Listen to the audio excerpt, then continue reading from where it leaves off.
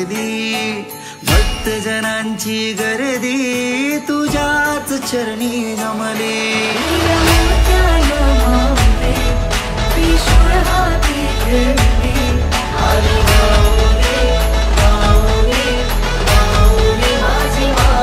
आईचा गजर,